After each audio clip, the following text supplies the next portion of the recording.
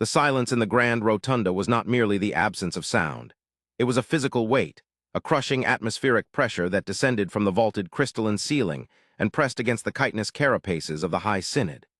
In this chamber, where the air smelled of ozone and ancient parchment, the fate of star systems was usually decided with the detached precision of a scalpel. But today, the air was thick with the copper taste of fear. The High Archon Vrax, his exoskeleton polished to a reflective obsidian sheen that mirrored the terrified faces of his subordinates, stood before the great oculus, a massive holographic sphere dominating the center of the room. The oculus, usually a comforting map of the galactic concordat's symmetrical borders, currently displayed a ragged, bleeding wound in the fabric of spacetime, a swirling vortex of null energy that defied the sacred laws of harmonic physics. They called it the entropy wake, a phenomena that the Ethelgardian scientists had declared impossible, yet there it was, consuming the outer rim colonies with a voracious, silent appetite. The light from the dying stars caught in the wake's accretion disk cast long, distorting shadows across the Archon's face, making his mandibles twitch in an involuntary spasm of distress, a breach of protocol he would have executed a subordinate for mere cycles ago. "The calculus remains unchanged," intoned High Seer Kalen, his voice a dry rasp that seemed to emanate from the floor itself. Kalen sat upon the dais of logic, his many eyes clouded with the milky film of deep computation. "The anomaly represents a localized collapse of the universal constants. To engage with it is to invite the collapse into the core systems. The variables do not support intervention. The outcome is absolute. We must quarantine the sector. The sentient populations within the rim are statistically insignificant compared to the preservation of the Concordat's structural integrity." A murmur of agreement rippled through the assembled representatives of the 23-member species. It was the safe choice. It was the logical choice. It was the choice that adhered to the galactic decree of non-interference in Class Omega calamities. The decree stated that when the universe corrected itself through destruction, sentient life must step aside or risk being swept away by the cosmic immune system. This was the way of things for 10,000 cycles. The galaxy was a machine, and one did not stick one's hand into the gears when they ground together. Yet the air in the room grew colder, not from the climate control, but from the projection of a new signal appearing on the oculus. A small, insignificant blip of telemetry that should not have been there. It was a single vessel, moving not away from the entropy wake, but directly toward its event horizon.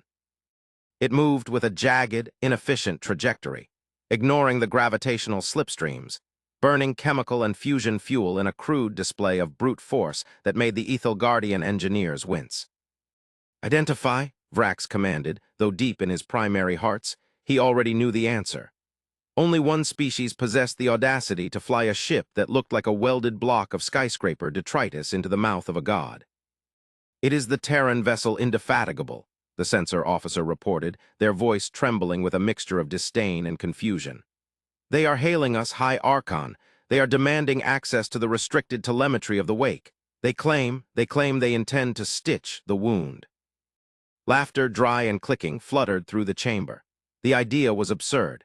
The Terrans were newcomers, admitted to the Concordat only as a probationary species because their sector happened to contain rich deposits of heavy metals. They were considered loud, chemically unstable, and philosophically immature. They did not understand the great music of the spheres. They treated the universe not as a temple to be admired, but as a puzzle to be solved, often by breaking the pieces. To think they could stitch a rupture in space-time was like watching an infant attempt to perform neurosurgery with a rock. "Deny the request," Vrax said, turning his back on the oculus. "Enforce the blockade protocols. If they enter the exclusion zone, their destruction is their own doing. We will not waste resources saving them from their own ignorance. Record the incident as a suicide run caused by primitive delusion." "High Archon," the sensor officer interrupted, the trembling in their voice replaced by shock. "They are not requesting permission. The transmission is a notification. They have already breached the perimeter buoys. They are broadcasting a fleet-wide message on all open channels." Vrax spun around, his ceremonial robes flaring. "Put it on the main audio. Let us hear their final words before the physics of the wake tears their primitive hull apart." The static hiss of the speakers cleared, replaced by a voice that sounded nothing like the melodic, tonal languages of the Concordat. It was a voice of gravel and friction, a voice that sounded like tectonic plates grinding together. It was tired, unrefined and terrifyingly calm. This is Admiral Sarah Vance of the United Earth Federation ship Indefatigable to the Galactic Concordat High Command, the voice echoed, filling the vast, silent hall with its harsh vowels.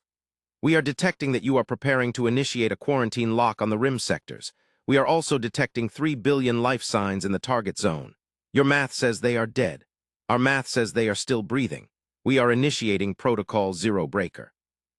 We advise you to lower your containment shields, or we will punch a hole through them on our way out. You have your rules, Concordat. We have our people. Vance out. The transmission cut, leaving a silence more profound than before. It was not the silence of decision, but the silence of insult. Protocol Zero Breaker? The term meant nothing in the common tongue. The audacity was paralyzing.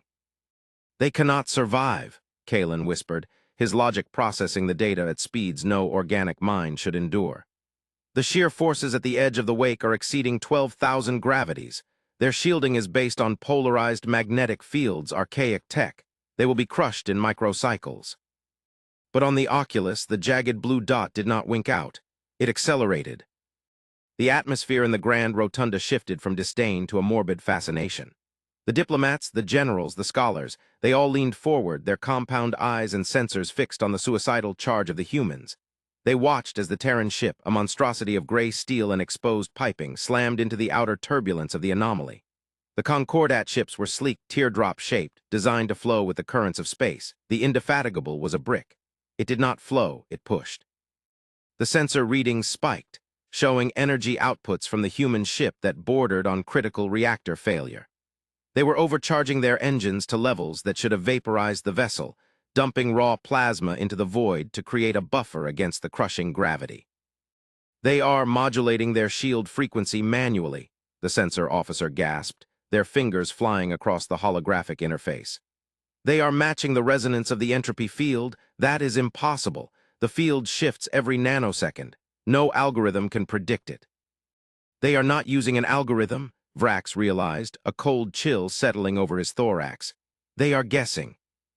To the Ethelgard, guessing was a sin. It was the embrace of chaos. But as the minutes stretched into hours and the Indefatigable continued to bore deeper into the black swirling heart of the catastrophe, the impossible became undeniable. The humans were not just surviving, they were navigating. They were taking a ship held together by determination and welded plates into a region where physics had gone to die, and they were forcing their own physics upon it. The sheer psychological impact of this act began to fracture the calm veneer of the Council. If the humans succeeded, it meant that the great calculus was flawed. It meant that the safety of the Concordat was built on a lie that passivity equaled survival. They have reached the epicenter, the officer announced, their voice barely a whisper. The singularity, the point of no return. The Oculus zoomed in, displaying a grainy, interference-ridden image of the human ship.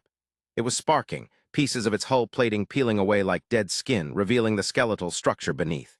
It was burning, literally burning in the vacuum, wreathed in the exotic radiation of the rift. And then from the belly of the dying beast a payload was deployed. Not a weapon, not a probe. A series of massive, tethered pylons slamming into the fabric of the distortion with the violence of a harpoon. What are they doing? Kalen demanded, rising from his dais, his milky eyes wide. Those pylons, they are emitting an inverse tachyon pulse. That is theoretical technology. It creates a temporal anchor, if they activate that inside a gravity well. They will freeze time, Vrax finished the thought, his mind reeling. They are not trying to close the hole, they are trying to pause it. The screen erupted in white light. The sensors blinded, the grand rotunda plunging into darkness as the overload tripped the safety breakers. For a moment there was chaos, shouts of alarm, the frantic scrabbling of guards, the fear that the humans had destroyed them all. Then the emergency lumens flickered on, bathing the room in a harsh red glow. The backup generators hummed to life, and the Oculus rebooted. The silence that followed was different. It was the silence of a miracle. The entropy wake was frozen. The swirling vortex had stopped, solidified into a sculpture of trapped light and dust. The destruction of the rim systems had been halted, caught in the amber of the artificial stasis field. And in the center of it all, drifting listlessly, was the Indefatigable. Its lights were dark. Its engines were cold. It hung in the void like a tombstone. Status, Vrax croaked. The anomaly is stable, the sensor officer reported, disbelief coloring every syllable. The expansion has ceased. The rim colonies are safe. The human vessel life support is critical. They are venting atmosphere. They sacrificed their main reactor to power the anchors. Vrax stared at the image of the ruined ship. It was ugly. It was broken. It was the most terrifying thing he had ever seen. The humans had looked at the inevitable death of the universe and said no. They had rewritten the rules of engagement. They had traded their lives for the lives of strangers, for species they barely knew, for a council that had mocked them. "Open a channel," Vrax said, his voice stronger now, infused with a new, unfamiliar emotion. Respect, fear, perhaps both. "They are not responding to standard hails, Archon. Their communications array is slag." "Then prepare my shuttle," Vrax commanded, stunning the council. "I will go to them. I will see these rule breakers with my own eyes. I must understand how a species so young can be so absolute." The journey to the Indefatigable was a descent into a graveyard of physics. Vrax's shuttle, a masterpiece of Ethelgardian aesthetic engineering, glided through the debris field of the frozen anomaly. As they neared the human ship, the scale of the damage became apparent. The hull was scorched black, twisted by gravitational tides that would have spaghettified a lesser vessel. The fact that it remained pressurized at all was a testament to the human penchant for redundancy. Where the Concordat built one perfect system, the humans built three mediocre ones and duct-taped them together. Boarding the human ship required Vrax to don an environmental suit, as the atmosphere within was toxic with smoke and leaked coolant. The airlock cycled with a groan of tortured metal, and the Archon stepped onto the deck of the Indefatigable. It was dark, lit only by the flickering strobe of emergency lights. The gravity was intermittent, shifting as the stabilizers failed and rebooted. Bodies lay in the corridors, engineers, soldiers, medics, slumped over consoles, burned, broken, but many still clutching tools. They had died working. They had died fixing the machine that would save the galaxy. Vrax moved through the carnage, his honor guard flanking him with weapons drawn, though there was no enemy here. They reached the bridge. The heavy blast doors had been manually pried open, jamming halfway. Inside, the scene was one of quiet devastation. Admiral Vance sat in the command chair, her uniform stained with soot and blood. One of her arms hung limp, clearly broken, and a crude bandage was wrapped around her head. She was awake, barely, watching a small, portable monitor that displayed the status of the stasis anchors. She looked up as Vrax entered. She did not rise. She did not salute. She merely exhaled a plume of frost breath into the freezing air. "You're late," she rasped, her voice a shadow of the thunder that had broadcast over the comms. "Admiral Vance," Vrax said, his translator struggling to convey the gravity of his tone. "You have violated 17 articles of the Galactic Decree. You have utilized forbidden technology. You have endangered the stability of the core systems." Vance cracked a dry, bloody lip into a smile. "And I saved 3 billion lives. Send me the bill." Vrax stepped closer, towering over the seated human. He looked at the fragile, soft-skinned creature. She had no exoskeleton, no natural weapons, no cybernetic enhancements. She was biology in its rawest, most vulnerable form, and yet she held his gaze without flinching. "Why?" Vrax asked. "Why sacrifice your ship? Why die for worlds that are not yours? The logic it does not hold." "That's your problem, Archon," Vance coughed, wincing. "You think logic is the highest law. You think survival is a calculation. For us, survival is a mandate, but not just our survival. If we let the darkness take them today, it takes us tomorrow. We don't draw lines on a map and say, this is where we stop caring. We make the line where we stand." "You broke the laws of physics," Vrax insisted, struggling to comprehend. "Physics is just a suggestion," Vance muttered, her eyes drooping. "We needed to buy time. We bought it. Now the twist." "The twist?" Vrax asked, confused. "The wake," Vance's voice was fading. "It wasn't a storm, it was a door. We didn't just freeze it. We heard something knocking from the other side. You didn't see it because you were too busy running away. We saw it because we ran toward it." Vrax stiffened. "What are you saying?" "I'm saying," Vance whispered, passing a data slate to the Archon with her good hand, "that the universe isn't failing, it's being invaded. And you, with your rules and your symmetry, you're the prey. We just locked the gate, but the lock won't hold forever. You need us. You need the rule breakers." Vrax looked at the data slate. The telemetry recorded by the Indefatigable in the heart of the singularity was not random noise. It was a structured signal, a carrier wave, and behind the wave, shadows, colossal geometric shadows moving in the space between universes. The entropy wake was a breach point, a drill bit piercing the reality of the Concordat. The humans hadn't just stopped a natural disaster, they had halted the vanguard of an extra-dimensional incursion. The realization hit Vrax with the force of a physical blow. The Synod had spent 10,000 years perfecting their diplomacy, their art, their internal politics, believing they were the apex of civilization. They had pruned the galaxy to fit their garden. But they had forgotten that outside the garden was a jungle, and in the jungle you did not need a gardener. You needed a monster. You needed a species that would burn its own engines to melt the void. You needed humans. "Admiral," Vrax said, his voice changing, stripping away the layers of bureaucratic arrogance to reveal the warrior caste his people had abandoned eons ago. "This data, if it is true, the Concordat is defenseless." "Not defenseless," Vance corrected, her eyes closing as consciousness slipped away. "You have us, just don't tell me the odds, we hate the odds." The weeks that followed the incident at the wake were a blur of political upheaval unlike anything the galactic Concordat had ever seen. The Indefatigable was towed back to the Terran shipyards, treated with the reverence usually reserved for religious artifacts. The survivors were healed in the finest medical tanks the Ethelgard could provide. But the real change was in the council chamber. The humans were no longer seated at the periphery, in the shadows of the gallery. They were given a seat at the inner table. But the integration was not smooth. The human revelation that an extra-dimensional threat was looming caused panic.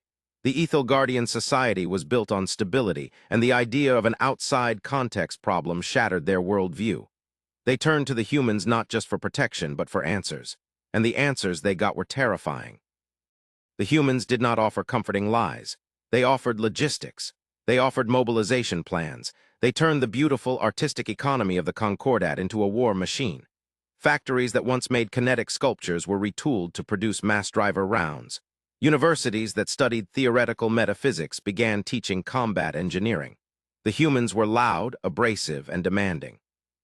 They ignored the caste systems, promoting individuals based on competence rather than lineage, which caused riots in the conservative sectors. But every time a diplomat complained, Vrax would simply point to the frozen scar in the sky and the data from the Indefatigable.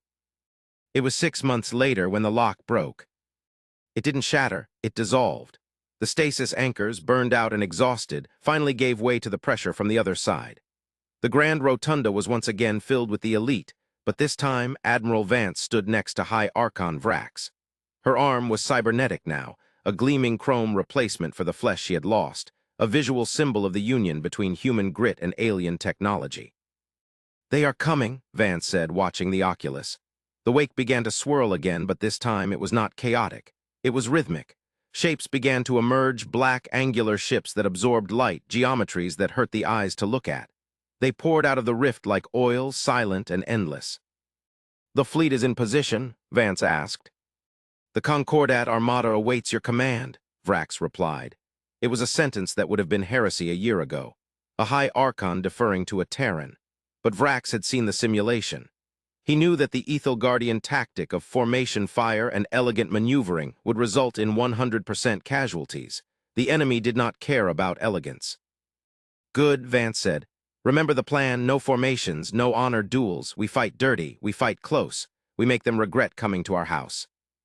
The battle that ensued was not a symphony, it was a riot. The enemy, whom the humans had dubbed the Null Architects, expected a conventional galactic defense. They expected ships that lined up, exchanged fire, and retreated when the math became unfavorable. Instead, they got the Terran Federation and its new students. The human ships, ugly and blocky, rammed the delicate architect vessels. They deployed nuclear mines in debris fields. They used tractor beams to throw asteroids. And the Concordat ships, piloted by aliens who had spent months training with human drill sergeants, flew with a newfound, terrifying erraticism. They abandoned their graceful arcs for jagged feints.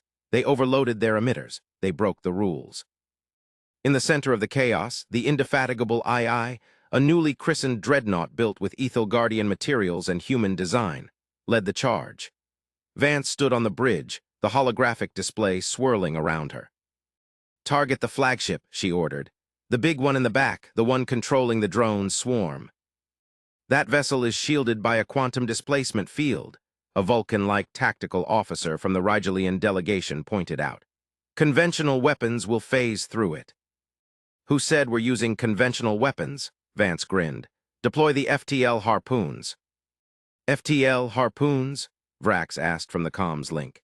Admiral, initiating a warp jump inside a gravity well is suicide, attaching a physical tether to a ship in warp.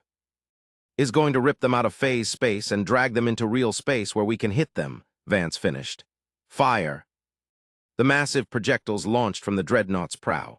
They didn't fly, they vanished, entering subspace and re-emerged milliseconds later embedded in the hull of the enemy flagship. The indefatigable II reversed thrusters, its massive engines turning the void white. The tether went taut. The fabric of space screamed. The enemy flagship, a creature of shadow and phase-shifting tech, was violently yanked into the solid, brutal reality of the battlefield. Its shields flickered and died, confused by the physics-breaking maneuver. All ships, Vance roared. Focus fire, light them up. Thousands of beams, missiles, and kinetic rounds converged on the helpless flagship. It dissolved in a supernova of dark energy. With their command node destroyed, the drone swarm faltered. The organized invasion turned into a rout. As the smoke cleared metaphorically in the vacuum, and the cheers of 1,000 species erupted over the comms channels, Vrax looked at the human admiral. She was exhausted, her cybernetic arm twitching, coffee spilled on her console. She looked nothing like the statues of the heroes in the Hall of Ancestors. She was messy. She was chaotic. We won, Vrax said, the words tasting strange. We actually won. For today, Vance said, wiping her brow. They'll be back, or someone else will. The universe is a big, scary place, Archon. It was, Vrax corrected. It was a scary place, but now we know how to break the rules. The aftermath of the War of the Wake changed the galaxy forever. The Galactic Concordat was dissolved, replaced by the Terran Allied systems. It wasn't an empire. It was a messy, loud, argumentative democracy where fists banged on tables and logic was often overruled by gut instinct. The Ethel Guardians learned to laugh. The Rigelians learned to gamble. The galaxy became less safe, perhaps, less orderly, but it became alive in a way it had never been before. Decades later, High Archon Vrax, now retired and ancient, sat in a garden on Earth, watching human children play. They were running, screaming, falling down, scraping their knees, and getting back up. They made up rules as they went along, changing the game whenever it suited them. You see, said a voice beside him. It was Vance, old and gray, sitting in a wheelchair. That's the secret. The universe wants to be static, it wants to reach heat death, it wants to settle. We are the friction, we are the heat. Vrax nodded, watching a child build a tower of blocks only to knock it down and laugh. The galaxy learned, Vrax murmured. We learned logic preserves, but only struggle creates. Don't get too philosophical on me, Vrax, Vance chuckled. You'll ruin my reputation as a brute. Your reputation is safe, Vrax said, looking up at the stars where mixed fleets of silver and iron patrolled the dark. You are the humans, you do not follow the path, you pave it. The old alien closed his eyes, listening to the chaotic, beautiful music of a world that refused to be quiet. He realized then that the silence of the Grand Rotunda had never been peace. It had been a waiting room for death. The noise, the struggle, that was life. And thanks to the humans, the galaxy was finally, truly loud. The twist, Vrax realized, wasn't that the humans had saved them from the Null Architects. The twist was that the humans had saved them from themselves. The enemy wasn't the darkness, it was the stagnation. And the cure was a species crazy enough to harpoon a nightmare. Ready for round 2? Vance asked, looking at a notification blinking on her datapad. Sensors are picking up something weird in the Andromeda sector. Vrax opened his eyes and smiled, a gesture that revealed all his teeth. Let them come, the Archon said. We have new rules to make.